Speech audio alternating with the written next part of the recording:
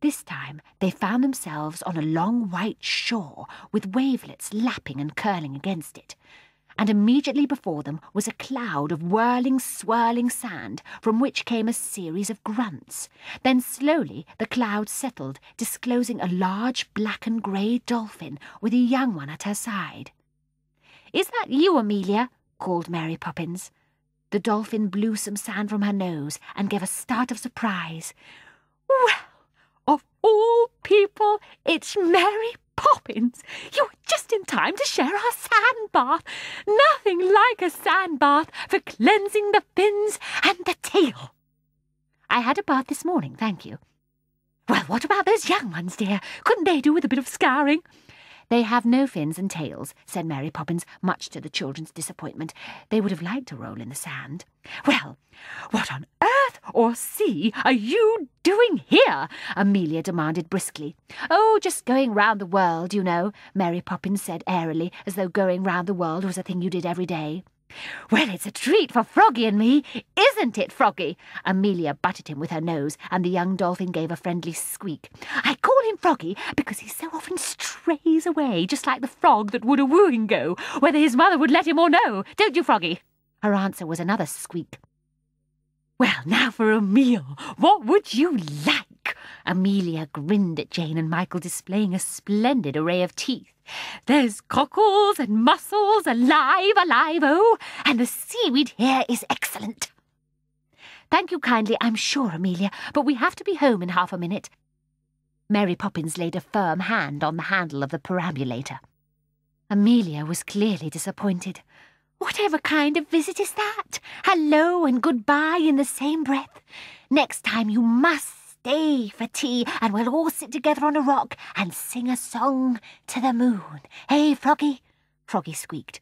"That will be lovely," said Mary Poppins, and Jane and Michael echoed her words. They had never yet sat on a rock and sung a song to the moon.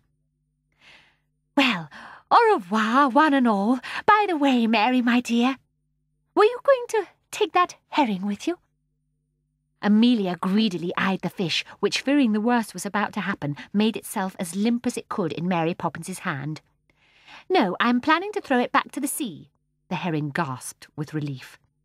"A very proper decision, Mary," Amelia toothily smiled. "We get so few of them in these parts, and they make a delicious meal.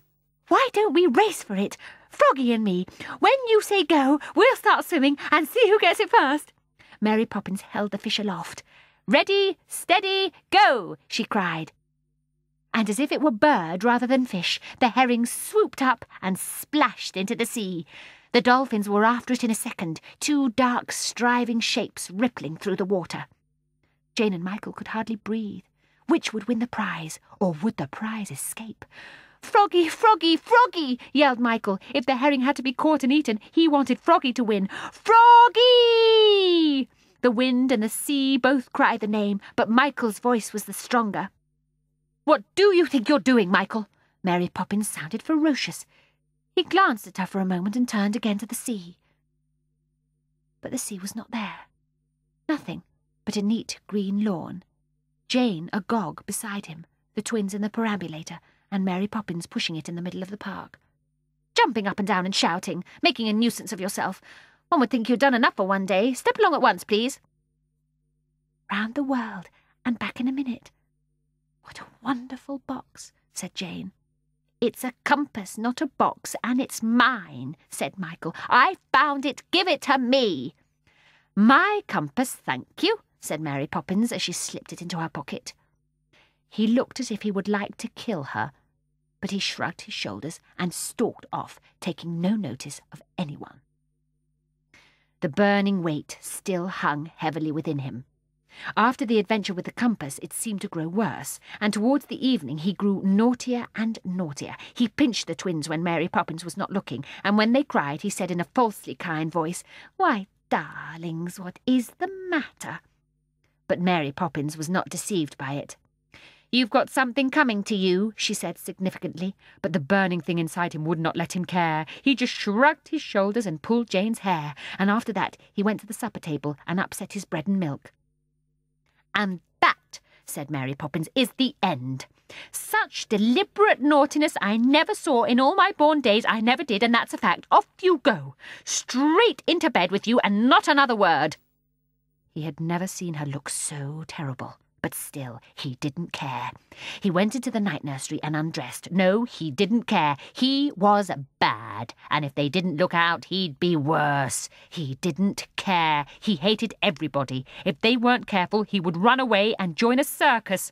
There! Off went a button. Good. There would be fewer to do up in the morning. And another, all the better. Nothing in all the world could ever make him feel sorry. He would get into bed without brushing his hair or his teeth, certainly without saying his prayers.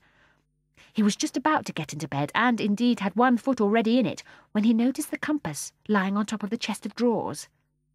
Very slowly he withdrew his foot and tiptoed across the room. He knew now what he would do. He would take the compass and spin it and go round the world, and they'd never find him again, and it would serve them right. Without making a sound, he lifted a chair and put it against the chest of drawers. Then he climbed up on it and took the compass in his hand. He moved it. North, south, east, west, he said very quickly, in case anybody should come in before he got well away.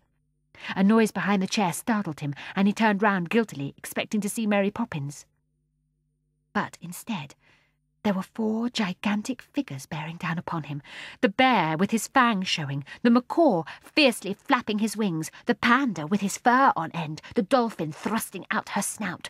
From all quarters of the room they were rushing upon him, their shadows huge on the ceiling. No longer kind and friendly, they were now full of revenge. Their terrible angry faces loomed nearer. He could feel their hot breath on his face. "Oh, oh!" Michael dropped the compass. "Mary Poppins, help me!" he screamed and shut his eyes in terror. And then something enveloped him. The great creatures and their greater shadows, with a mingled roar or squawk of triumph, flung themselves upon him. What was it that held him soft and warm in its smothering embrace? The polar bear's fur coat, the macaw's feathers, the panda's fur he had stroked so gently, the mother dolphin's flipper, and what was he, or it might be she, planning to do to him? If only he had been good, if only! "Mary Poppins!" he wailed, as he felt himself carried through the air and set down in something still softer. "Oh dear, Mary Poppins!"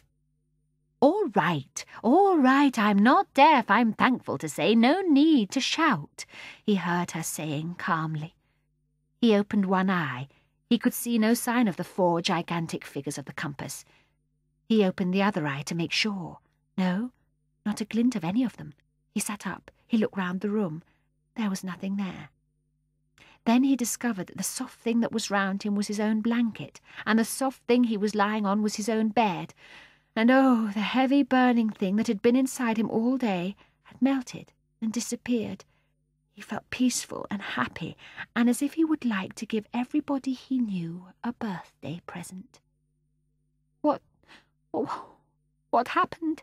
he said rather anxiously to Mary Poppins. "I told you that was my compass, didn't I? Be kind enough not to touch my things, if you please," was all she said as she stooped and picked up the compass and put it in her pocket. Then she began to fold the clothes that he had thrown down on the floor. "Shall I do it?" he said. "No, thank you." He watched her go into the next room, and presently she returned and put something warm into his hands. It was a cup of milk. Michael sipped it, tasting every drop several times with his tongue, making it last as long as possible so that Mary Poppins should stay beside him. She stood there without saying a word, watching the milk slowly disappear. He could smell her crackling white apron and the faint flavour of toast that always hung about her so deliciously. But try as he would, he could not make the milk last forever, and presently, with a sigh of regret, he handed her the empty cup and slipped down into the bed. He had never known it be so comfortable, he thought, and he thought, too, how warm he was, and how happy he felt, and how lucky he was to be alive. "Isn't it a funny thing, Mary Poppins?" he said drowsily. "I've been so very naughty, and I feel so very good." "Humph," said Mary Poppins as she tucked him in and went away to wash up the supper things.